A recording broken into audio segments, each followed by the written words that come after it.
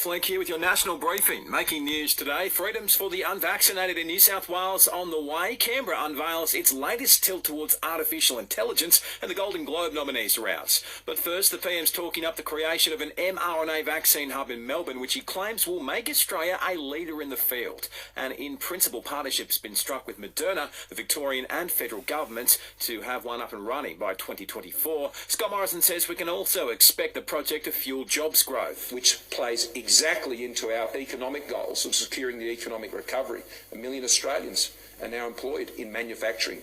We've restored that, and medical manufacturing will play a key role. The New South Wales Health Minister's confirmed an easing of restrictions for the unvaccinated, still expected to go ahead tomorrow despite a spike in COVID cases. There's been 804 local infections overnight, up almost 300 cases over 24 hours. Brad Hazzard raising concerns about the Hunter as cases grow there, but he says there won't be any snap lockdowns. New South Wales is not planning on any snap lockdowns. What we're planning on is making sure the community understand the need to be vaccinated and the need to have boosters. Well, Victoria's confirmed 3 new Omicron cases, all linked to a Dubai to Melbourne flight on November 30. The state has half a dozen confirmed cases of the variant. Meantime, the state's acting premier's given an update on when masks in retail settings will be dropped. James Molino's confirmed the health minister will make an announcement later this week. It's based on latest health advice, but what we have done is in line with the national plan, and we can do it because Victorians have been so fantastic in getting vaccinated. Queensland recorded 4 new cases. 3 were interstate travellers, 1 was from overseas, and none were in the community.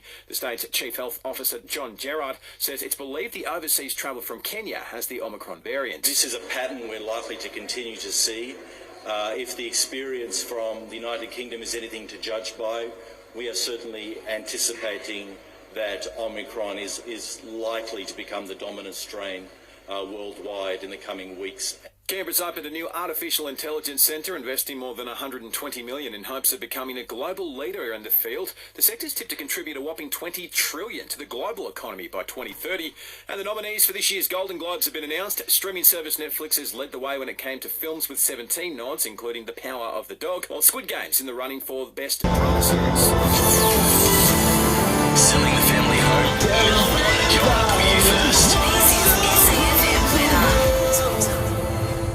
Ben Stokes is confident he'll be right to play in the second Ashes test in Adelaide, which starts on Thursday. Concerns were raised after some issues were pointed to around the all-rounder's knee. However, Stokes says it's an old injury which flares up every now and then, and it can be managed. Both the visitors and Australia will train today.